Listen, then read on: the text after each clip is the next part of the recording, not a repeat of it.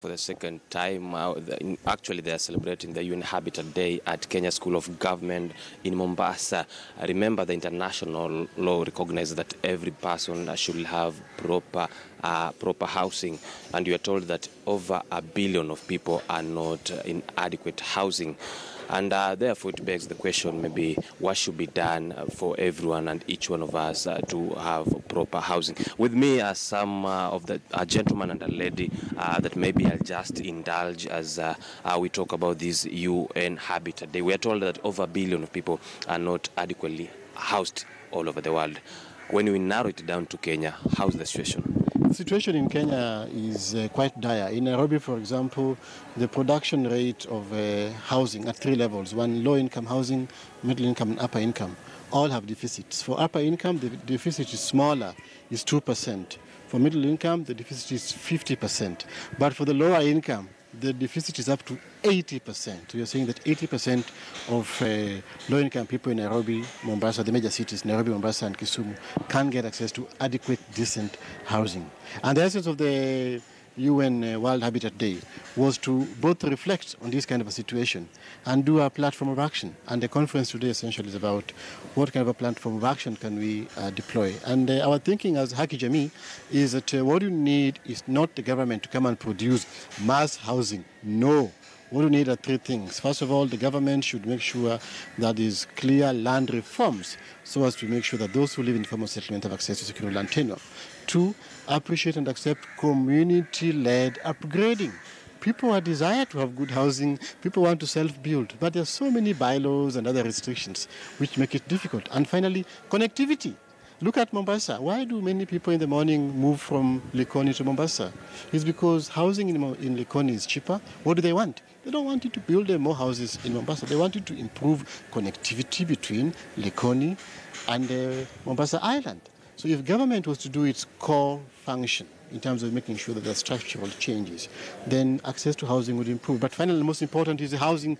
In the housing thing is a financing question. Our banks still have commodified housing too much, so the cost of money to build housing is very high. The interest rate of 14% is still out of reach. Cooperative societies still don't get cheap money, and that makes it a problem. Maybe you can also bring in the lady, then just introduce yourself. Then is it the function of the government or the citizens themselves to get proper housing?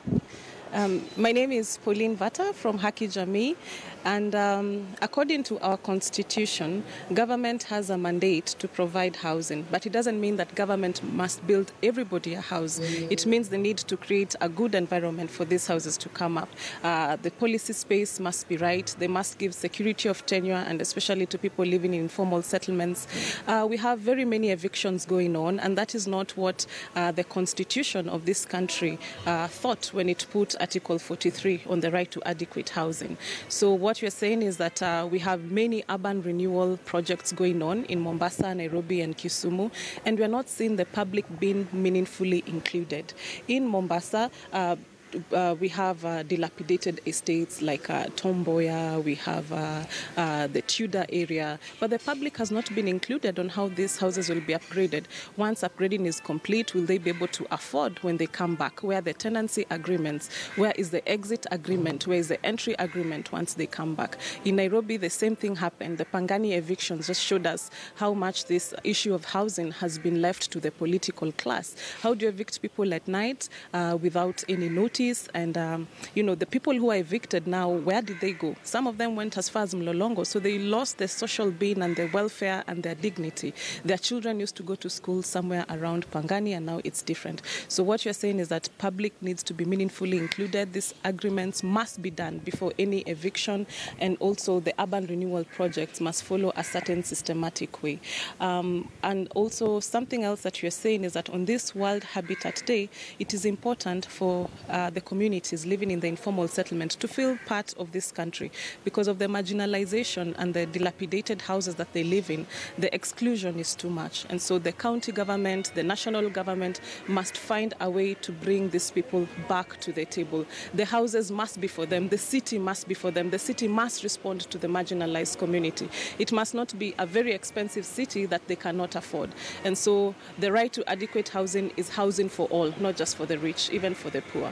Yes. Thanks a lot. Thank you. Yeah, Brenda, there you go. Good questions coming from this conference. That is a 2-day conference starting today and will be ending tomorrow. It comes at a time where the Kenyan government, President Uhuru Kenyatta, has also put housing as one of the big four that should be discussed adequately. Back to the studio.